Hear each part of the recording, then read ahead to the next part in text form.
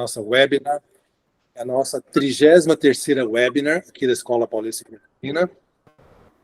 E a nossa webinar, que a gente vai discutir o 21º caso dos 100 totais de TAV.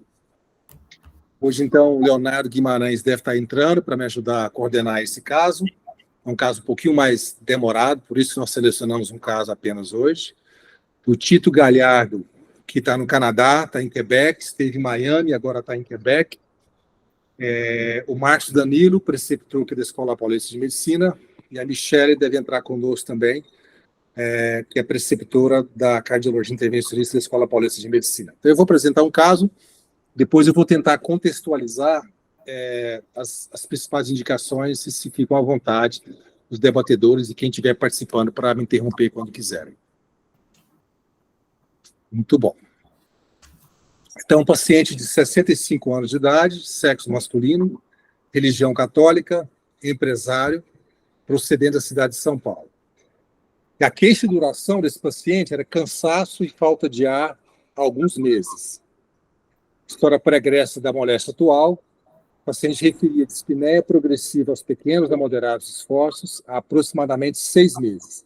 Atualmente, com frequentes episódios de ortopneia. Eu, pessoalmente, conversei com o paciente e, realmente, os episódios recentes de ortopneia o incomodavam muito. Antecedente pessoal, história de infarto anterior a 8 anos. Parece que foi um infarto anteroceptal, anterior extenso, a gente vai ver pelo eletrocardiograma. Foi submetido à angioplastia coronária com implantes stents na artéria descendente anterior.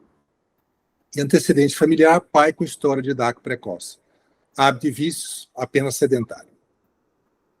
Exame físico, bom estado geral, orientado no tempo e espaço, ativo, peso 87 quilos, altura 1,70 m e temperatura 36 graus. Aparelho cardiovascular, ritmo cardíaco irregular, sopro sistólico ejetivo 3 cruzes em 6, com pique telesistólico em foco aórtico, hipofonese de segunda búlia, pressão arterial 116 por 76 milímetros de mercúrio, frequência cardíaca de 80. Ausculto pulmonar, monúrios presentes bilateralmente, sem ruídos adventícios. Outros aparelhos na área de ignoro. Fazer uso de enalapril, metoprolol, espironolactona, hidroclorotiazida e aspirina 100 mg por dia. Esse é o exame físico. Laboratório, nada que chamasse atenção, então ureia, creatinina normais, hemoglobina normal, exceto ProBNP de 500 picogramas por ml, então, portanto, 2 vezes do valor normal. Troponina normal. O eletrocardiograma, então, a gente percebe um ritmo sinusal, o eixo do QRS é desviado para a esquerda, uma zona eletricamente inativa na parede anterior, basicamente. A gente vê aqui que no R não progride, onde aqui patológico V1, V2, V3, V4, basicamente V1 a V4. Seguramente relacionado ao infarto anterior que ele tinha. Raio-x de tórax, a gente percebe campos pulmonares aparentemente normais, talvez um pouquinho de congestão aqui e lá, não dá para a gente categorizar de maneira bastante contundente. O índice cardio-torácico um pouco aumentado, e o restante sem alterações importantes, tanto em PA quanto em perfil. Então, o índice cardiotorácico um pouco aumentado apenas. Você quer discutir alguma coisa, Marcos Danilo? Chamou a atenção, assim, um paciente que tem uma razão, 2 razões, pelo menos, para ter dispneia. É um paciente que, sabidamente, vai ter um IC, pelo menos com a fração de ejeção levemente reduzida, pelo eletrocardiograma, que tem realmente uma zona inativa anterapical ou anteroseptal, para quem está mais acostumado com essa nômina. E do ponto de vista medicamentoso, chamou a atenção o fato de, a despeito de ter doença coronariana conhecida, não estar usando estatina, estava usando AS, estava usando a tríade para ICFR, beta-block, IECA e antagonista do receptor mineralocorticoide. Caberia usar IS-GLT2 antes de ser intervencionista. A gente é cardiologista clínico, né? Então, senti falta de medicação classe 1, estatina, senti falta de IS-GLT2. E voltando a falar da queixa que ele apresenta neste momento agora, que é dispneia, com piora recente, então deve haver algum grau de disfunção ventricular sistólica e uma propedêutica compatível com estenose valvar aórtica, algum grau de obstrução ali na região da via de saída do ventrículo esquerdo. Descartar uma cardiomiopatia hipertrófica, forma septal assimétrica. mas é possível que ele tenha as duas doenças associadas, uma estenose da válvula aórtica e uma disfunção ventricular esquerda sistólica secundária a um evento isquêmico prévio da parede anterior e uma própria quiescência, uma cardiomiopatia associada à valvopatia aórtica. Perfeito. Aí, de fato, isso pode confundir, né? Um paciente com infarto prévio, com eventual disfunção ventricular, e um sopro potencialmente ou pelo menos pela semiologia de estenose aórtica.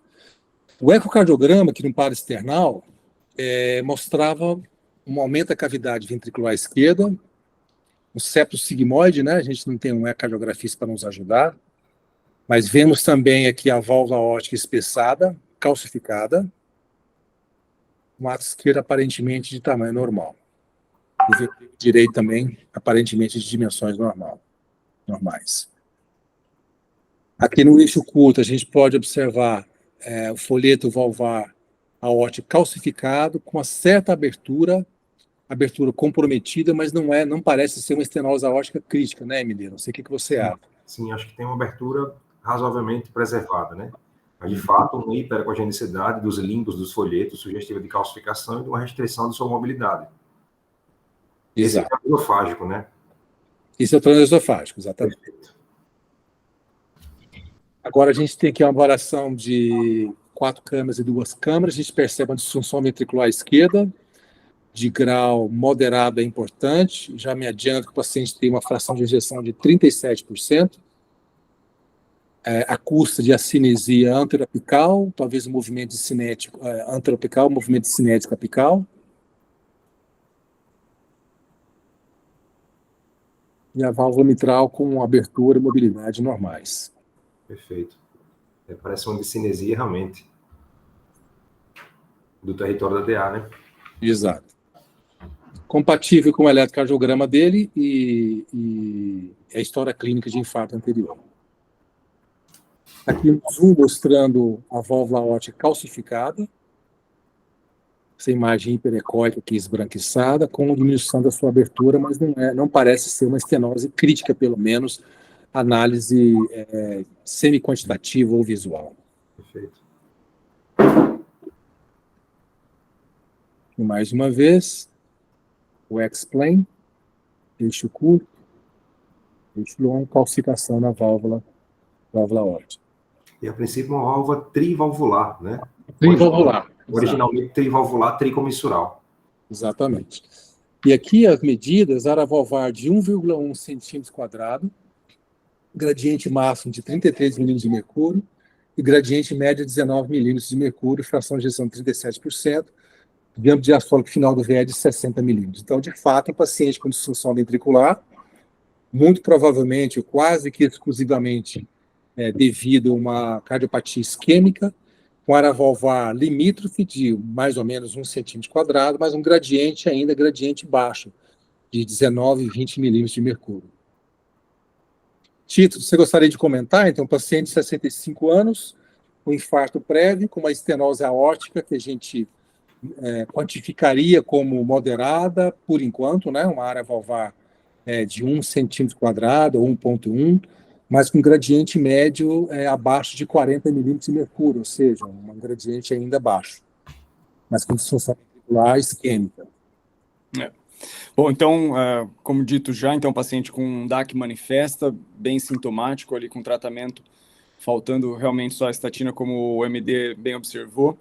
E falando mais especificamente do eco, o que a gente vê assim é que esse não seria o tradicional paciente de aorta estenósica de alto um gradiente acima de 40 que a gente está habituado.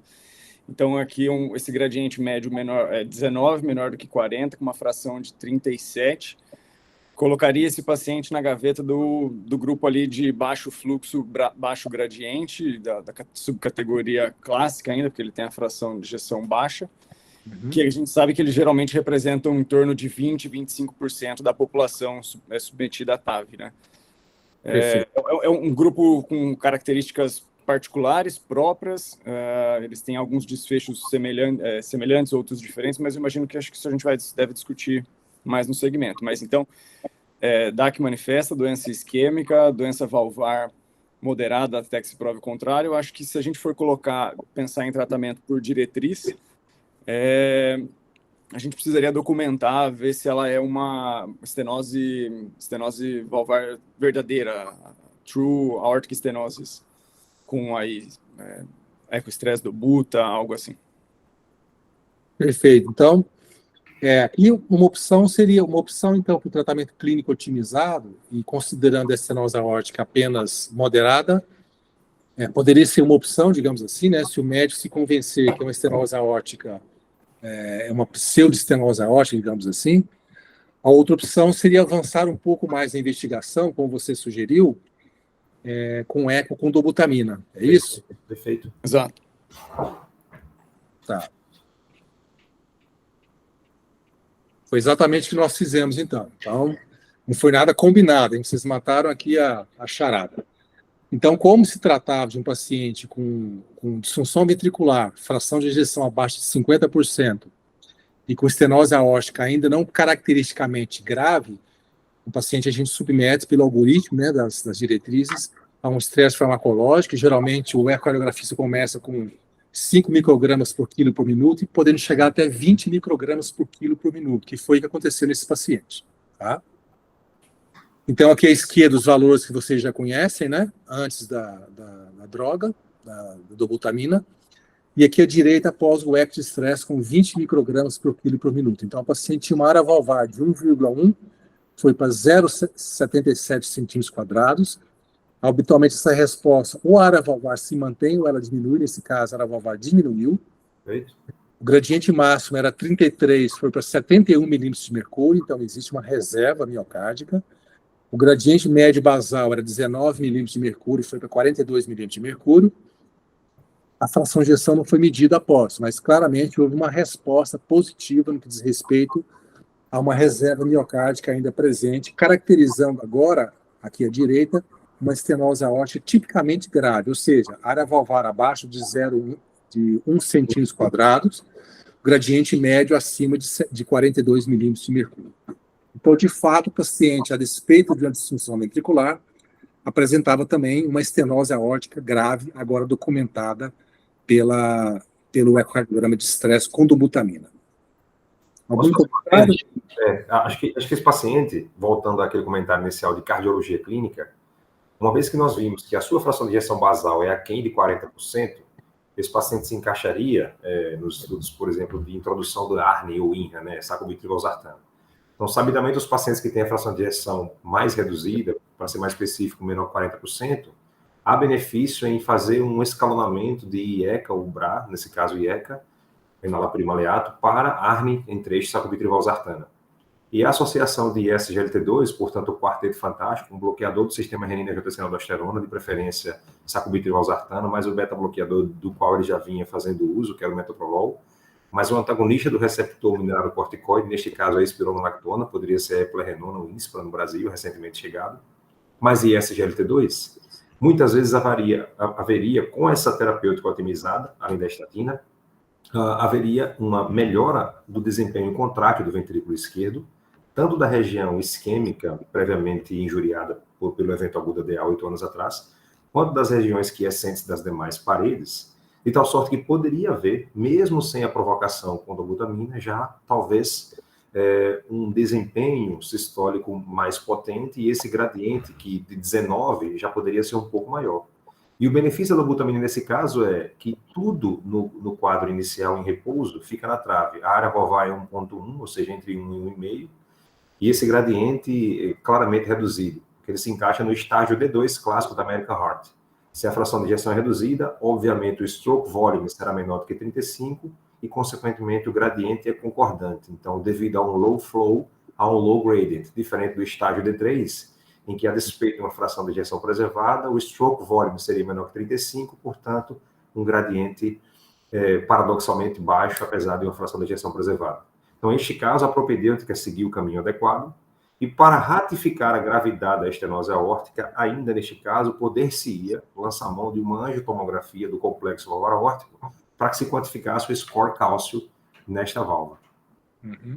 E eu acho que uma outra informação que a gente poderia obter através do eco, pensando em prognóstico, é se o paciente tem alguma a hipertensão pulmonar associada, se ele tem alguma regurgitação, seja mitral ou tricúspide moderada severa, que a gente sabe que nessa população a presença dessas disfunções valvares moderada severa está associada com um desfecho um pouco mais desfavorável, maior taxa de reinternação por IC e tudo mais.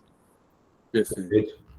Esse caso é um caso de aproximadamente 2 anos atrás. Então, acho que por isso que a medicação, pelo menos para insuficiência cardíaca, com fração de ejeção reduzida, não estava tão otimizada. Mas o Marcos Danilo muito bem apontou os 4 pilares do tratamento da IC com disfunção ventricular esquerda, né? Sistólica. E com relação à pergunta comentada do Tito, esse paciente eu não trouxe aqui, mas ele não tinha insuficiência mitral importante e tampouco hipertensão pulmonar. Então, era basicamente essa valvopatia aórtica aqui que deu um pouco de dúvida. Perfeito. Então, o paciente fez uma angiotomografia de coronária não invasiva, que mostrou stent PEV na descendente anterior, e o restante da árvore coronariana, irregularidades difusas com um pouco de calcificação. Então, sem coronariopatia obstrutiva naquele momento, então a gente descartou qualquer possibilidade de cardiopatia isquêmica residual ou adicional a essa disfunção ventricular prévia que ele tinha de um infarto antigo. Perfeito. Agora, a pergunta que nós fazemos aqui é se trata, eu não sei como seria o tratamento aí no Canadá, Tito, um paciente jovem de 65 anos com disfunção ventricular, candidato a TAV ou cirurgia, que agora nós comprovamos que realmente se tratava-se de uma estenose aórtica grave, do tipo low flow, low gradient, e agora a gente tem que encaminhar esse paciente para algum tipo de tratamento, cirurgia ou TAV. Como que esse paciente seria abordado aí em Quebec com vocês aí, Tito?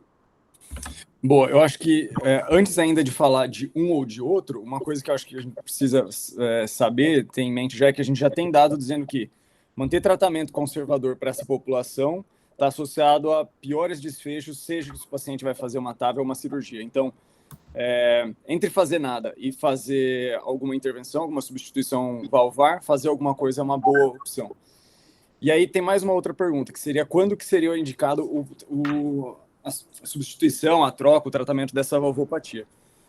E teve um trabalho recente até que comparou desfecho, indicação do procedimento, seja TAV ou seja cirurgia precoce, que eles chamaram de até 3 meses da caracterização, ou até depois de 3 meses. E a gente sabe que, então, o momento melhor que tem menos desfechos desfavoráveis para o paciente é fazer uma intervenção, de certa forma, precoce ali dentro do que estava proposto pelos 3 meses.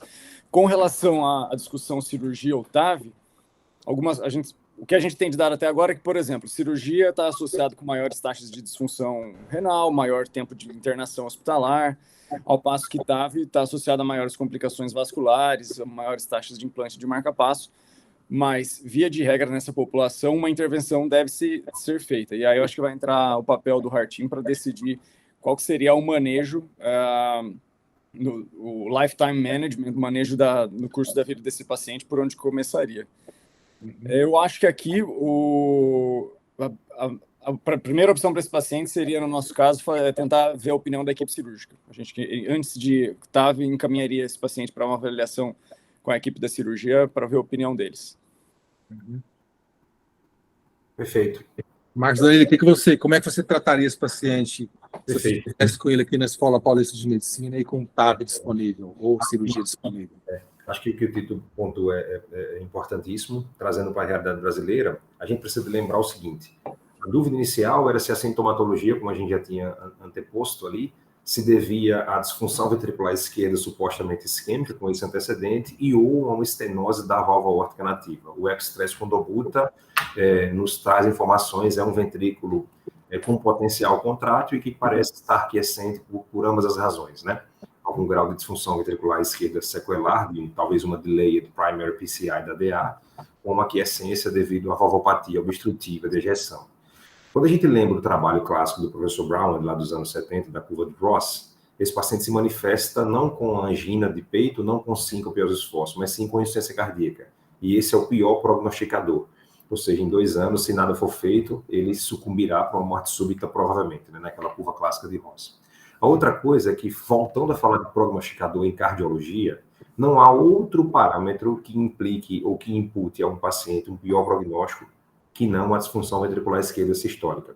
Então, de posse dessas duas informações, o paciente possui disfunção ventricular esquerda sistólica praticamente avançada, a fração de ejeção 37, perto de 35%, mas menor que 40%, ou seja, um ICFR, com etiologia dupla isquêmica e valvopatia aórtica, há de se intervir.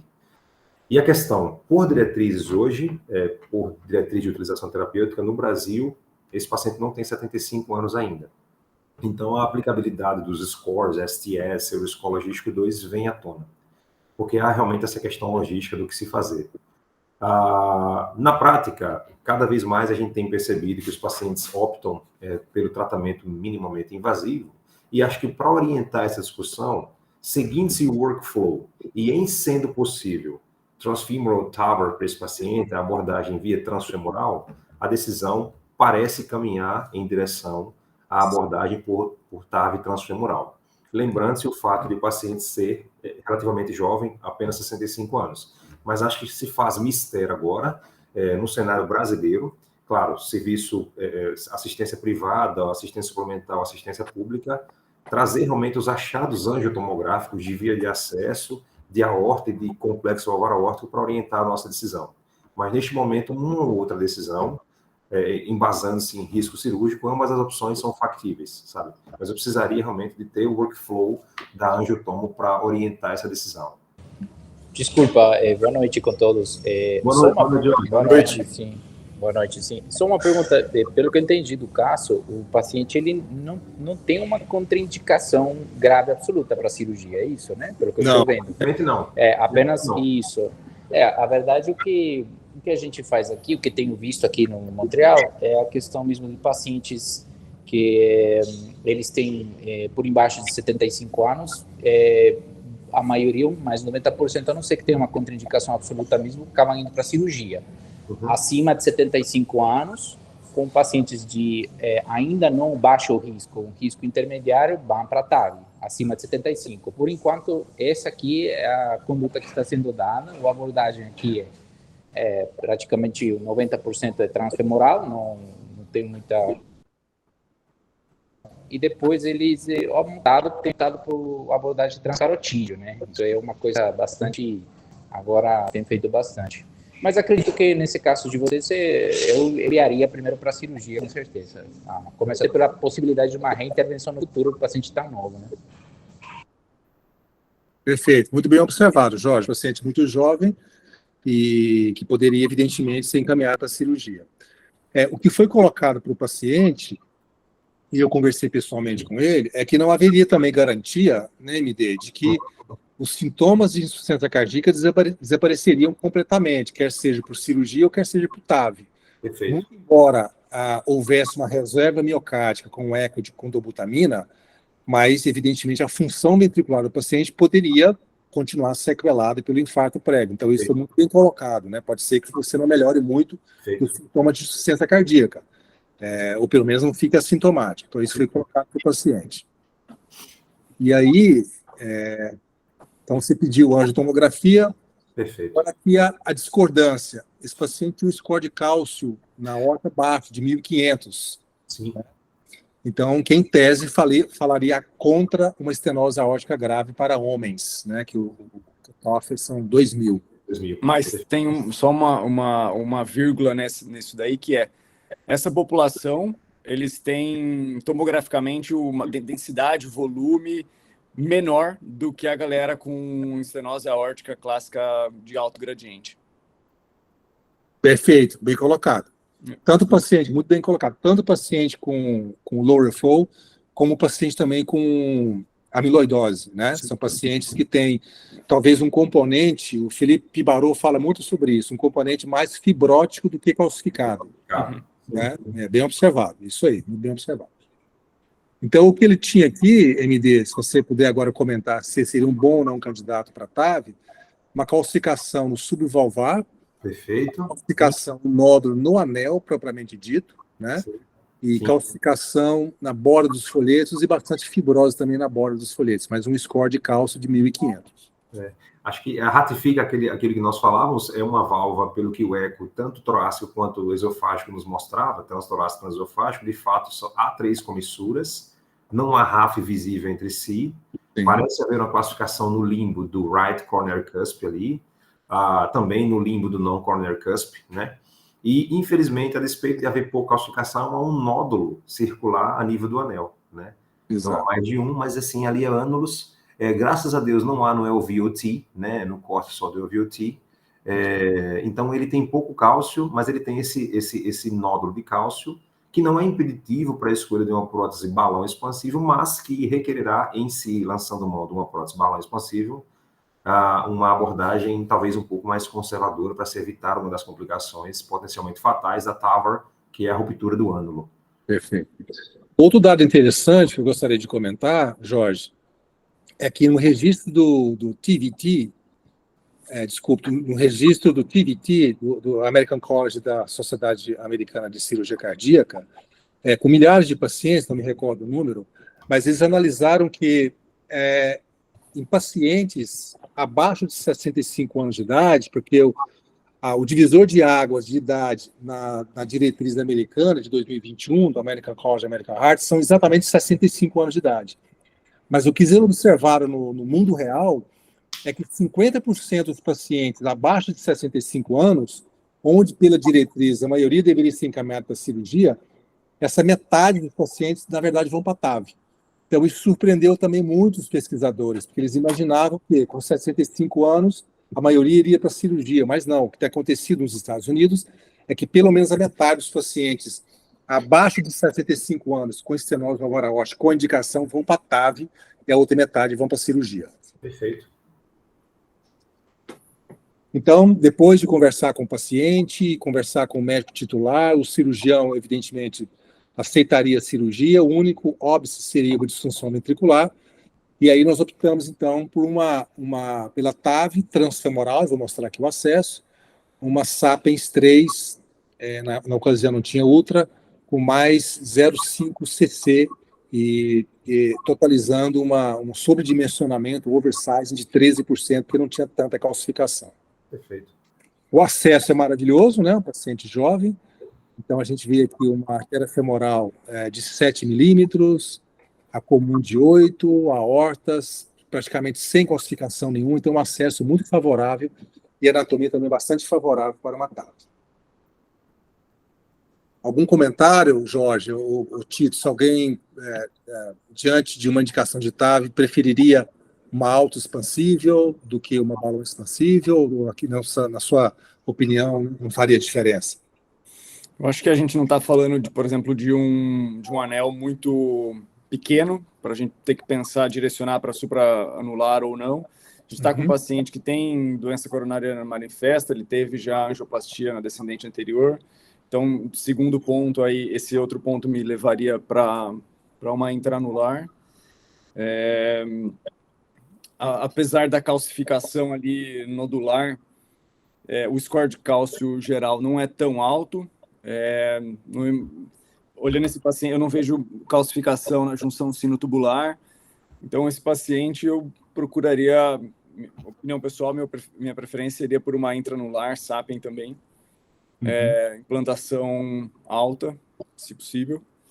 E é isso.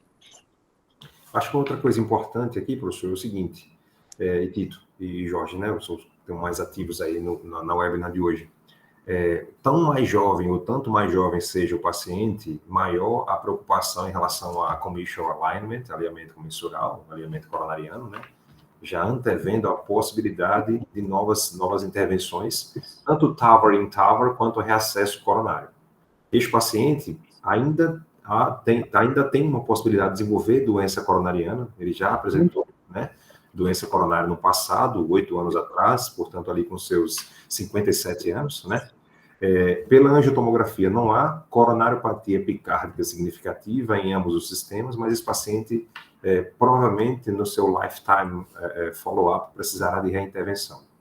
Então, obviamente, o acesso coronário pós-TAVR parece ser menos laborioso, eu não me arrisco a dizer mais fácil, eu diria menos laborioso, com as próteses balão expansivo em relação às auto-expansivas. Parece ser que a Accurate Neo 2, né, devido à abertura das células, parece ter, em relação a Evolut ou a o anticoagulável, uma facilidade. Então, eu acho que trazendo isto para o campo, retomando aquele comentário meu, a decisão compartilhada, uma vez que transfemoral TAVR, que deve ser a primeira opção, streamline, straightforward transfemoral TAVR, parece ser factível, agora a gente traz como um todo. Como entregar para esse paciente um resultado a curto prazo e a longo prazo otimizado, pensando em reacesso coronário futuro e pensando em degeneração, já que esse é outro calcanhar de Aquiles, a durabilidade dos folhetos biológicos da prótese transcatéter, o que implicará provavelmente uma necessidade de redo TAVR no futuro para ele. Então, isso acho que permeia a escolha da prótese, e parece que TAVR em TAVR, quando o baseline, o index procedure foi com uma balão expansível, parece ser mais factível. Então, eu acho que essas ponderações devem permear a discussão deste caso. Eu compartilho sim teu comentário, desculpa, eu estou em viagem, mas o que dá para ver, em verdade, que eu no primeiro ano, agora que estamos no Canadá, a gente faz todos os cateterismos pré-TAV, né? A gente é encarregado de fazer isso. Primeiro que todos têm que ir para cateterismo direito, isso é uma obrigação praticamente do serviço, eles ir ter cateterismo direito, até pela presença ou não de hipertensão pulmonar, se terá ou não complicações, o paciente, como você vai se preparar, enfim. E a outra, sim, em verdade, as válvulas autoexpansíveis, eles são muito difíceis, em verdade, de acessar na coronária. É muito difícil. Recentemente, a semana passada, íamos ter um caso de uma CTO, um paciente que já tinha previamente uma válvula autoexpansiva e acabou, não conseguimos fazer esse procedimento porque não conseguiu acessar na coronária de maneira adequada. Então, eu acredito que nesse paciente uma válvula, uma Sapiens aí, acho que foi uma boa escolha mesmo pensando no futuro. Perfeito. Ótimo. Obrigado, cara. Então, aqui, eu queria discutir com vocês também o sistema de proteção cerebral, né? A gente vai discutir no finalzinho alguns slides, mas como se tratava de um paciente jovem, basicamente por causa da idade, o paciente tinha acesso pela fonte pagadora de um sistema de proteção distal, então eu utilizei o sistema Sentinel. Aqui a gente vê o filtro sendo posicionado, já liberado no tronco braquicefálico, e aqui eu manipulando o catéter para a alça alcançar a carótida esquerda, a gente puxa um pouquinho, faz movimento de rotação, posicionar o catéter, consequentemente o filtro, a deflexão vai acontecer daqui a pouquinho. Pronto. Já foi. Foi para a carótida, aqui a gente libera o filtro a seguir. Então, o filtro agora sendo liberado na carótida e agora também no tronco braquicefálico. Esse é o Sentinel para os mais jovens aí que não conhecem. Perfeito.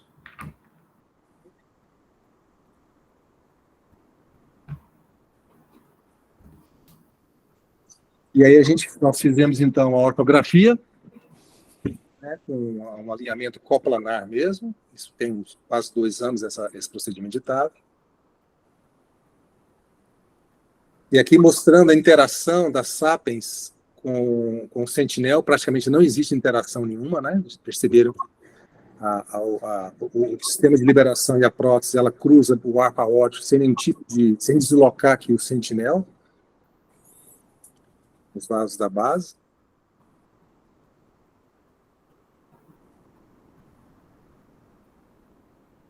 Aqui o rapid pacing, a velocidade não está normal. Excelente posição.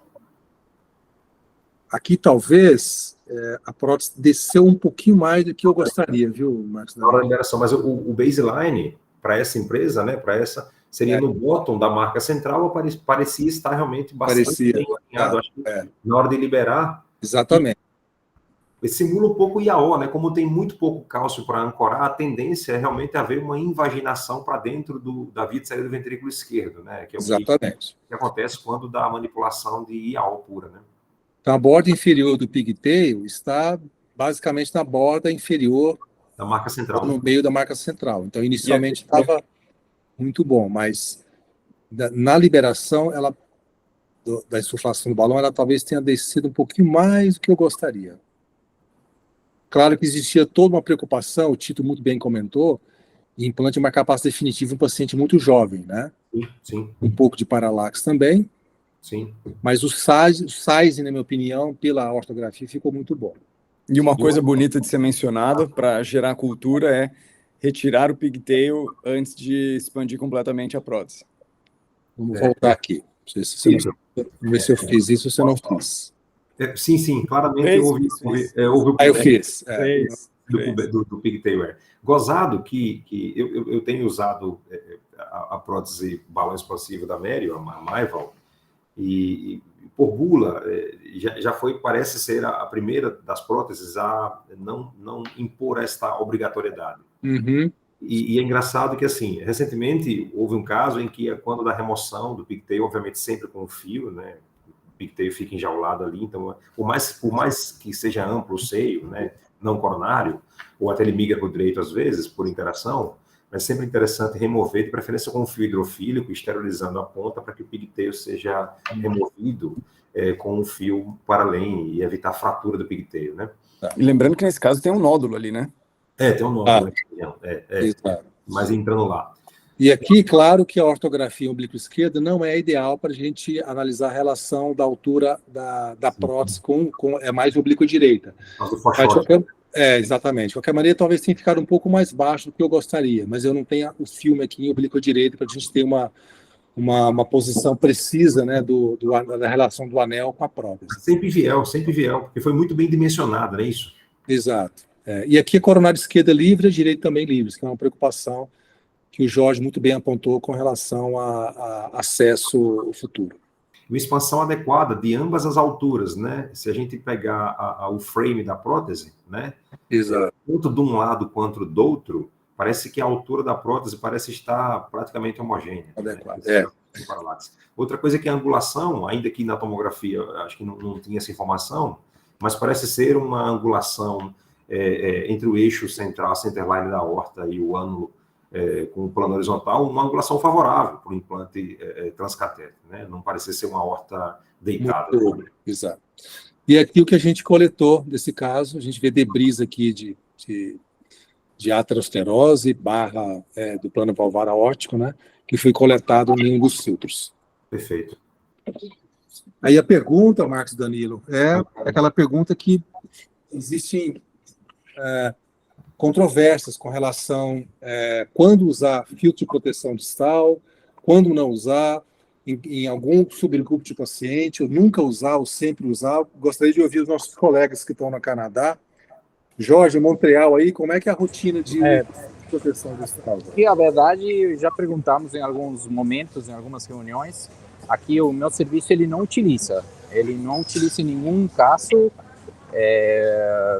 Utilizamos, a última vez que eu vi foi um caso de um Watchman, de uma paciente que tinha um coágulo presente mesmo nátrio, e eles utilizaram ele em prevenção de eventos trombóticos, mas não tenho visto uso de sentinela, de proteção cerebral, não.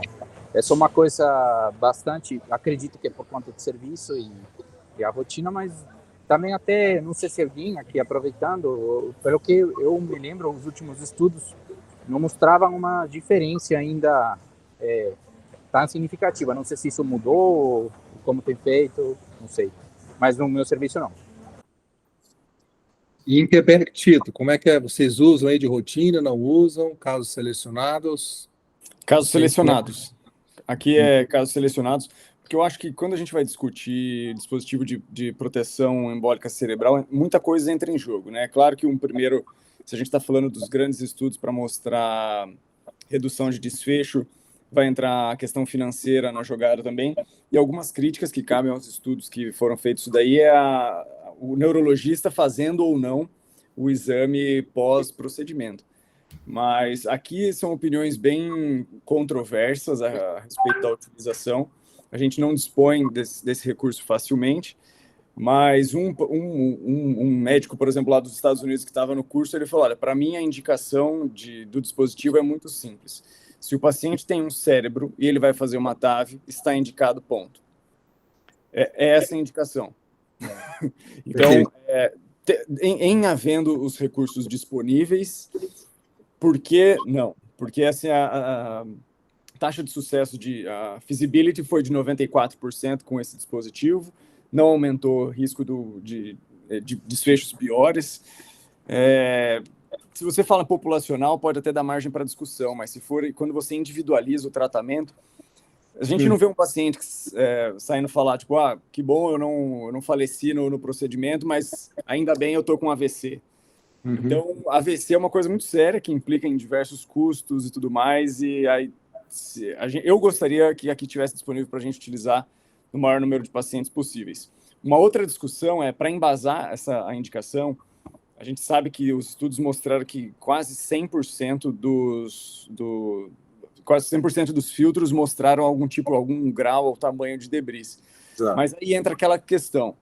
Por acaso a gente considera que todo aumento de troponina ultrassensível é sinônimo de infarto? A gente vai considerar que o fato de haver um debris num filtro é uma proteção de AVC, ou esse paciente teria um AVC necessariamente? Na minha opinião, a resposta é não. Eu não acho que, sim, pelo fato de haver 100% de debris em quase todos os filtros nesses estudos, esses pacientes 100% teriam um AVC, porque isso não faz sentido nenhum. É essa relação na minha cabeça de troponina ultrassensível elevada para todo mundo não é sinônimo de infarto, assim como detectar debris nos filtros não é prevenção de AVC. Perfeito. Esse assunto é muito controverso, depende muito de uma questão individual do operador, da experiência, e também de realidades socioeconômicas. Perfeito. Nós tivemos aqui em São Paulo uma discussão uns 2 meses atrás, onde estava na mesa redonda o John Webb, representando o Canadá, Vancouver, um médico muito experiente em TAV, e o Pedro Villablanca, do Henry Ford Hospital, nos Estados Unidos. Então, o Pedro Villablanca, ele disse, né, que ele usava Sentinel em todos os casos. E o John Webb, o contrário, que não usava em caso nenhum, porque ele considerava o custo-benefício à luz das evidências médicas que não valia a pena do ponto de vista de investimento no hospital dele. Então, vejam que, como não é consensual a decisão em usar o Sentinel, quer seja um subgrupo para todo mundo ou para ninguém. Então, essa é uma questão ainda em aberto que merece ainda alguma investigação. Só uma outra implicação do uso do Sentinel seria que a gente precisaria utilizar ele via radial direita, então automaticamente, geralmente a gente utiliza a radial direita como acesso secundário, ela passaria para um outro acesso. Mas eu tendo a concordar com a opinião de que se você tem um cérebro, se você vai fazer uma TAV, embora não tenha uma comprovação ali pela metodologia aplicada até então, e o exemplo que ele dava nunca precisou, o exemplo que esse cara dava para justificar nunca precisou de um ensaio clínico randomizado para indicar o uso de cinto de segurança em carro. Sim. O que também reforça a gente pensar em fio de proteção distal é quando você não usa e o paciente tem um acidente vascular cerebral, é mais difícil você se defender do ponto de vista jurídico, né? Perfeito. Então, na clínica privada, na medida do possível, né, a gente pelo menos oferece essa possibilidade ou aventa uma liberação de fio de proteção distal para esses pacientes. Então, perfeito. É um assunto bastante...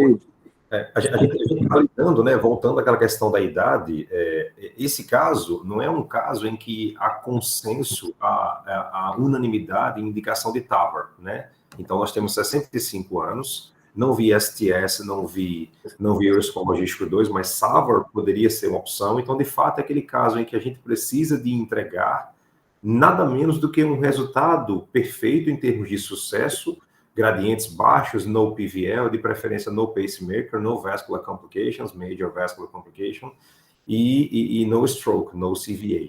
E ontem, especificamente, antes de começar a apresentação, eu estava assistindo no VUMED lá, uma apresentação sobre stroke, né, TAVR-related stroke, CVA minor e major. Então, assim, em 99% dos casos em que se usa algum dispositivo de proteção cerebral embólica, CEP, há captação de debris macroscópicos, como a foto muito bem elucida. Quando se faz ressonância em T2, há isquemia de maior ou menor grau e multissítio em 100% dos pacientes. De fato, a expressão clínica do stroke, do AVE, é mais ou menos importante num ou no outro paciente. E, além disso, o apresentador chama a atenção para o fato de que, ainda que não haja um déficit neurológico focal manifesto, pode haver um late presentation e pode haver implicação cognitiva. Então, pode haver perda cognitiva pós-TAVR no follow-up. E a outra coisa importante é de onde é que esses debris se originam. Desde a introdução do shift da bainha, de menor perfil até maior perfil, até o cruzamento dos catéteres, o cruzamento do device, que é bulky, um device volumoso, e principalmente quando a interação da BAV, a interação do complexo da prótese, da TAV, da válvula transcatéter, com o complexo valvar aórtico nativo. Então, são múltiplos catéteres interagindo com o arco aórtico, com a raiz aórtica, enfim. E é como o professor Cacheta falou, na clínica privada, qualquer intercorrência que você tenha, recentemente eu tive um AVE pós-TAVR, foi um acesso transfemoral OXI, oclusão à direita, à esquerda, a gente precisou de fazer valvoplastia periférica, sem shockwave. A TAV em si foi muito tranquila. Infelizmente, esse paciente teve um stroke, e esse stroke acabou sendo um divisor de águas. O resultado da TAV foi impecável, a perna doente ficou tranquila, o membro inferior esquerdo, mas infelizmente esse paciente fez um stroke, implicou internação prolongada e acabou paliando o paciente. Percebe? Perfeito. Bem colocado. Então, aqui eu trouxe alguns slides para a gente poder contextualizar tanto o low flow, low gradient, quanto o uso de Sentinel em TAV. Não vou incomodar muito vocês, são poucos slides. Esses slides aqui, eu assisti uma aula do Philippe Pibarot, que é do hospital onde o Tito trabalha, em Quebec, onde ele mostra o algoritmo de investigação, diagnóstico e investigação de low flow, low gradient em pacientes com estenose aórtica. Então, quando existe uma área valvar aórtica pelo eco abaixo de 1 centímetro quadrado e com gradiente abaixo de 40 milímetros de mercúrio, então trata-se de um low gradient. Se o paciente tem uma disfunção ventricular com a fração de ejeção de ventrículo esquerdo abaixo de 50%, como foi o nosso caso, esse é o low flow, low gradient clássico, né? É o estágio D2 da diretriz americana, que é a fração de ejeção reduzida. Então, a gente vê aqui o paciente com disfunção ventricular e com um baixo gradiente e o clássico low flow, low gradient. Esses casos são casos com indicação precisa com teste com dobutamina, para a gente analisar a reserva miocárdica. Quando o paciente, mais uma vez, com a área valvar abaixo de 1, mais uma discrepância, ou seja, o gradiente médio transvalvar abaixo de 40 milímetros de mercúrio, é um paciente com baixo gradiente, mas naqueles casos, com a fração de ejeção preservada, a gente faz um cálculo pelo ecocardiograma. Se ele tem um stroke volume, um volume de ejeção abaixo de 35 ml por metro quadrado, então trata-se de um low flow, low gradient paradoxal, porque a função ventricular esquerda é preservada, né? É uma insuficiência cardíaca com fração de ejeção preservada, um D3, o estágio D3 da diretriz americana.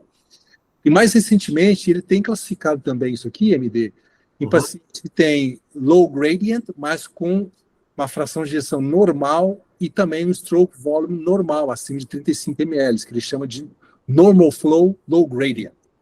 Então, esses são casos também, digamos assim, estenose valvar aórtica, mas com normal flow, low gradient. É uma categoria não muito colocada, estudada nas diretrizes americanas nem europeia. Alguns chamam de afterload mismatch, né? Pode haver alguma coisa para além do ventrículo esquerdo que implique uma dificuldade de gerar esse gradiente a despeito de um stroke volume preservado e uma fração de ejeção preservada. Qual seja, o ventrículo esquerdo dá conta do recado, tem uma fração de ejeção preservada, tem um stroke volume preservado, e a despeito de haver um orifício valvar aórtico reduzido, devido a talvez uma pós-carga aumentada, esse gradiente transvalvar aórtico não consegue suplantar o valor de 40. Essa seria uma das explicações, por exemplo. Uma aorta pouco complacente, muito calcificada, enfim. Então seria essa forma indeterminada, o afterload mismatch. Perfeito. E só para acrescentar, existe ainda mais uma subdivisão, porque quando a gente está falando de low flow, low gradient, como o Dr. Adriano mostrou, a gente tem essas subcategorias, né? E aí a gente sabe que, como nós já dissemos previamente, fazer uma intervenção, fazer de forma precoce, está associado a melhores desfechos. No entanto, se esse for daquela categoria do very low flow, low gradient, ou seja, com fração de ejeção menor que 20, pensando exclusivamente em mortalidade, a gente não tem evidência Pode ser supérfluo, né? Pode ser supérfluo. A gente sabe que melhora sintomas do paciente, o que às vezes pode ser algo muito positivo, e o paciente pode ficar satisfeito com isso, mas indicar nessa população, que geralmente está associada com muito mais comorbidade, doença arterial mais elevado, mais predominante, BNP mais aumentado, menor que 20%, a gente tem evidência só de melhora de sintoma e não de melhora de sobrevida. Muito bem colocado, Tito. Então, só reforçando aqui para os mais jovens que o clássico low flow low gradient, geralmente não, o paciente tem uma disfunção ventricular com fração de ejeção abaixo de 50%, como o caso que nós apresentamos. Esse caso do meio, a gente tem que pensar quando? Normalmente são mulheres com hipertrofia ventricular concentra e cavidade ventricular esquerda pequena. Pela idosa, por exemplo. Idosa, exatamente, com septo sigmoide, etc. Então, o volume ejetado é um volume baixo, porque a cavidade, geralmente, é uma cavidade muito pequena, mulher de baixa estatura, etc. Então, sempre pensar nesse low flow gradient paradoxal. Doença de depósito, né? Amiloidose, outras coisas. Amiloidose, exato, bem lembrado. E como o Tito também comentou, né, low flow gradients, acho que todas as categorias, a calcificação, ela é habitualmente mais baixa do que em válvula estenótica, aórtica estenótica sem low flow low gradient. O que diz as diretrizes? Então, aqui, primeiro, o paciente com low flow low gradient, com fração de ejeção abaixo de 50%. Então, aqui, a troca valvar aórtica, aqui significa a troca valvar aórtica por decisão cirúrgica ou por TAVR, né? É a recomendação classe 1. Desde que você faça um teste com dobutamina, como foi o caso aqui anterior que a gente explicou. A diretriz americana é a mesma coisa, recomendação classe 1. Então, low flow low gradient, com um teste com dobutamina que mostra um gradiente médio que sobra acima de 40 milímetros de mercúrio, ou a velocidade de massa acima de 4 metros por segundo, e a área valvar menor do que 1 centímetro quadrado, com teste de qualquer dose de dobutamina. Então, vejam que, nesse caso, low flow low gradient, com fração de ejeção abaixo de 50%, o teste com dobutamina ele está indicado, e quando acontece de maneira positiva, ou seja, isso é reserva miocárdica, a recomendação é classe 1. Quando não existe reserva miocárdica com teste de dobutamina, se você realiza uma tomografia e o score de cálcio é alto, que confirma a estenose aórtica grave, a recomendação é 2A apenas. Então, aqui a gente tem um caso com uma estenose aórtica verdadeira, low flow, e paciente com reserva, ou seja, de repouso, fração de ejeção de 40%, gradiente 49, médio 29, stroke volume 53, área valvar 0,77. E após a dobutamina, a gente vê o gradiente, que era de 29, foi para 52. Então, o paciente tem reserva miocárdica. Típico clássico, como é esse caso que a gente mostrou anteriormente. Esse caso aqui é um caso que não houve uma resposta ao teste de dobutamina. Então, vejam que a fração de ejeção muito baixa, o Tito mostrou isso aqui, 25%, foi para 70%. O gradiente médio, 27%, foi para 30%, e a valvar não. Então, é um paciente que o teste de dobutamina foi negativo. Né? Isso não significa ainda que a estenose aórtica não seja grave, mas provavelmente não existe reserva miocárdica para promover um gradiente maior nesses pacientes. Tem que haver um aumento de pelo menos 20%, né, no débito cardíaco, né? Pelo menos 20% sem aumentar a área valvar, né? Exatamente.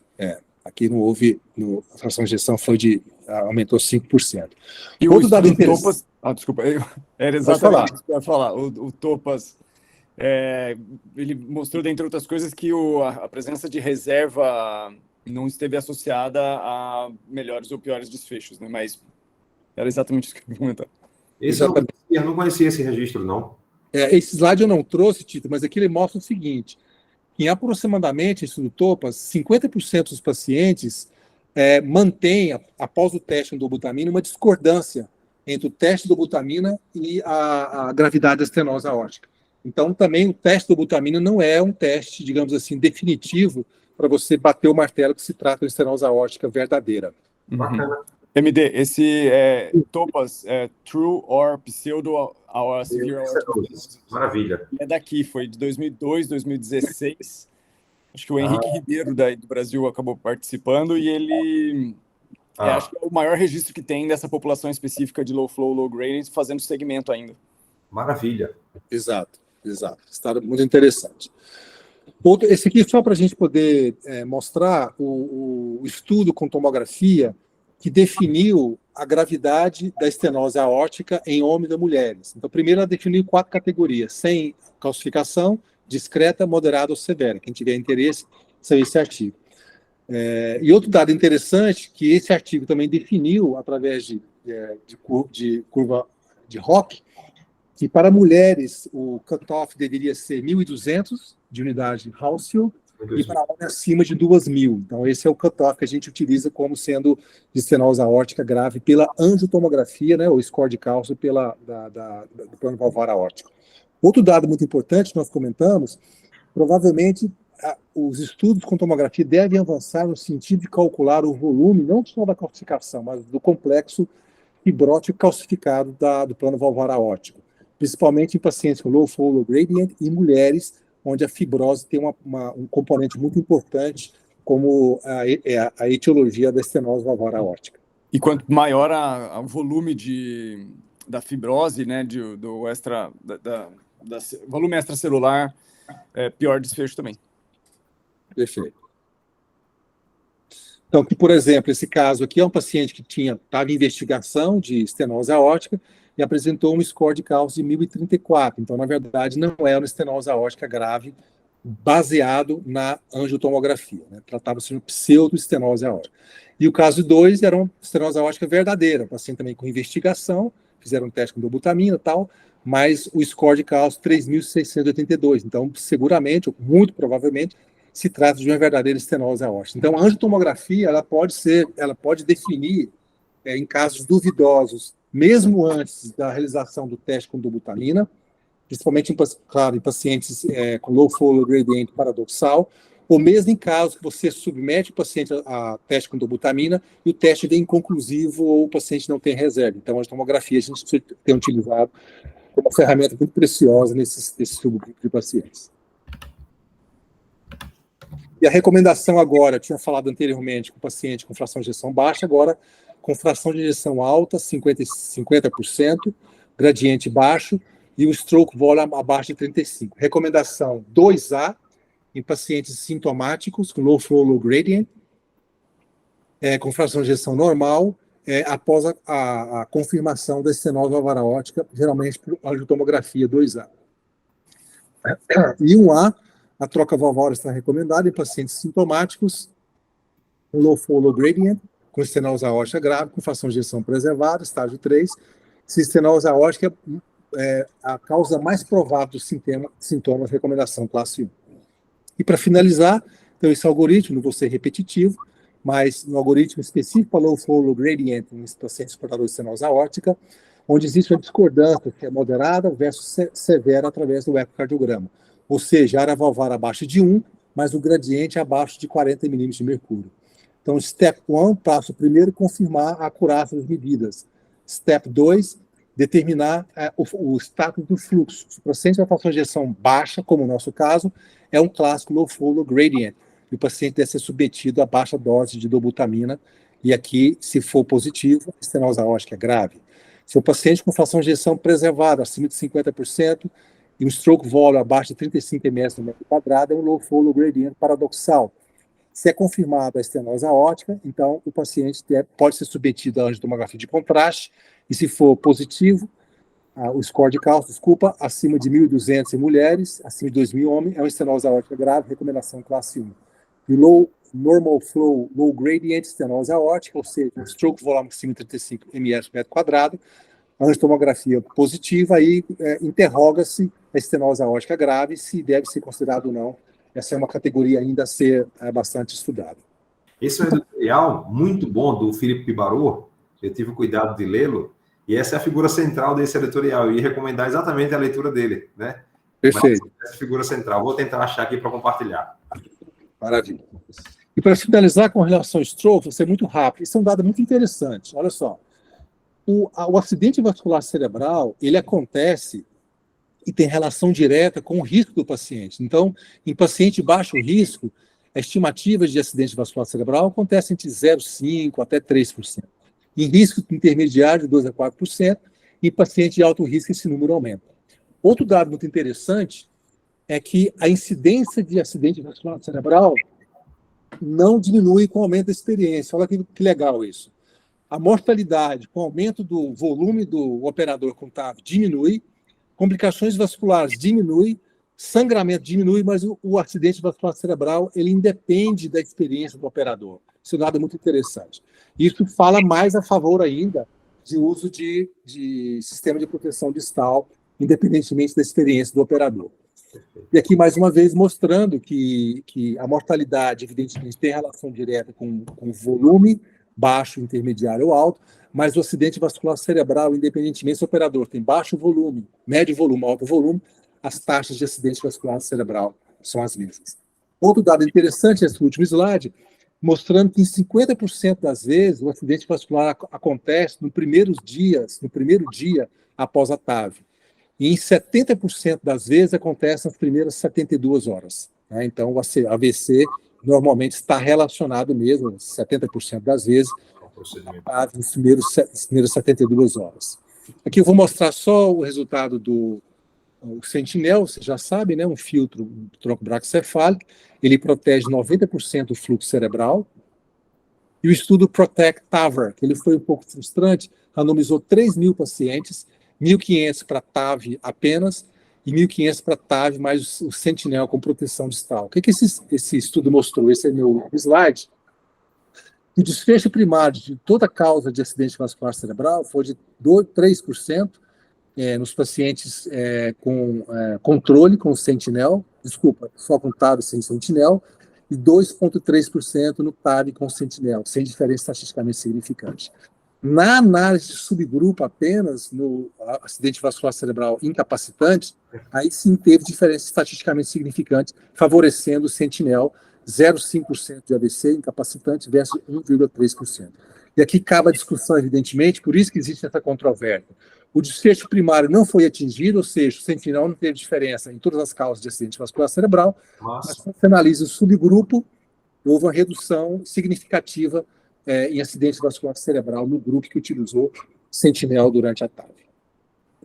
E a outra coisa, será que realmente no mundo real as taxas de AVE peri-TAVR com ou sem proteção são tão baixas quanto apenas 3%? Que a gente vê de 1 a 4%, na apresentação de ontem que eu estava assistindo, em algumas casuísticas de 1 a 9%, para SAVR 6% no intra-hospitalar. Então, talvez esse número de eventos reduzido em ambos os grupos, com e sem proteção, associado a um N não tão expressivo assim, 1.500 para cada lado, tenha gerado um P sem significância. Mas a gente tem que concordar ainda que, assim, ali 1,3 e 0,5 de AVC desabilitante são dois pacientes completamente diferentes, né? Então, sim, ali me convence. Quem defende o uso do Sentinel de maneira rotineira, ele usa exatamente esse subgrupo, né, Tito? De que o acidente vascular cerebral desabilitante ou incapacitante, ele realmente é muito traumático para o paciente, para a família, qualidade de vida, etc. Essa é a defesa que se faz.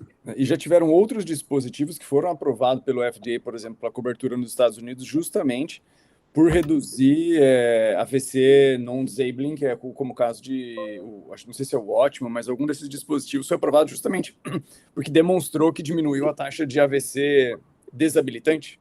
É desabilitante, né? É incapacitante, né? Incapacitante, incapacitante, é uma tradução. Disabling stroke. Livre, exato. Incapacitante, isso. Muito bom. Não sei se nós temos mais algum comentário. Eu acho Lembrando, então, que essa gravação ela vai ser colocada no YouTube, futuramente no X, no ex-Twitter. A gente tem tido bastante visualizações no YouTube, né, dessas nossas discussões aqui, tem sido muito proveitosas, e a gente continua com a nossa missão aí de 100 casos de TAV até o próximo ano. Semana que vem teremos mais, a participação especial do Matheus Simonato, nos Estados Unidos. O Matheus acabou de passar no Fellowship na Columbia University de Cardiologia. Então ele vai nos brindar semana que vem com a palestra sobre valve em valve. Ele já apresentou para nós os dados do vídeo, né? Ano passado, 2 anos atrás. Exato. E terça que vem, então, novamente. Muito bem. Meus amigos, muito obrigado mais uma vez pela presença. Jorge, muito obrigado. Obrigado. Semana que vem posso contar com você, Jorge? Sim, claro, sempre. Debatedor, prefeito, Marcos Danilo, Tito também, sempre nosso convidado aqui especial. Muito obrigado, boa noite a todos. Parabéns para todos. Tchau. Obrigado, tchau. Obrigado. Obrigado, João.